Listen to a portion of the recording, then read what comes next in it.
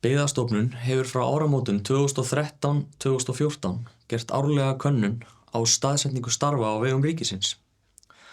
Með störfum á vegum ríkisins er átt við stöðugildi greidd af fjársýslunni, stöðugildi hjá opinberum hlutafélögum og stofnunum og stöðugildi hjá stofnunum sem hafa meirihluta rekstrartekna sinna af fjárlögum. Störfin eru mun fleiri heldur en stöðugildin, en hér eru upplýsingar settar fram með fjölda stöðugilda. Það er miðað við hvar störfin eru unnin en ekki hvar viðkomandi starfsmaður býr. Á hverju ári er gefin út skýrsla dreifingu stöðugilda á vegum ríkisins yfir landið og er skýrslan aðgengileg á vef Byggðastofnunar.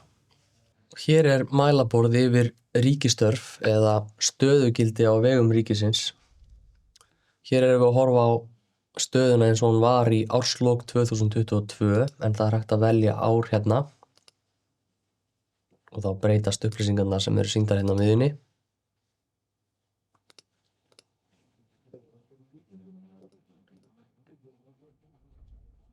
Og hér er hægt að velja landshlutana og við sjáum líka hérna heildarfjölda stöðugilda í hverjum landshluta. Það er hægt að velja landshluta með því að ýta á þá og jafnvel velja 2 landshluta með því að halda inn í kontrolltakka á meðan. Svo er hægt að velja hérna kynin. Það er hægt að taka bara stöðugildi karla eða bara stöðugildi kvenna. Á kortunum hérna þá eru sýnd bæði landshlutarnir og sveitarfélögin og þegar maður fer með músina yfir svæðið þá sést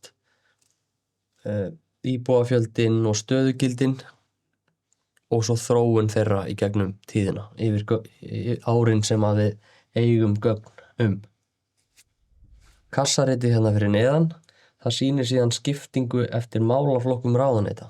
Hérna er heilbrigðisráðuneyti með 45% af stöðugildum landsins.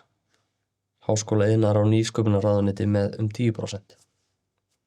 Taflan hérna hægra megin, hún sýnir fjölda stöðugilda í hverju sveitarfélagi og íbúafjöldan.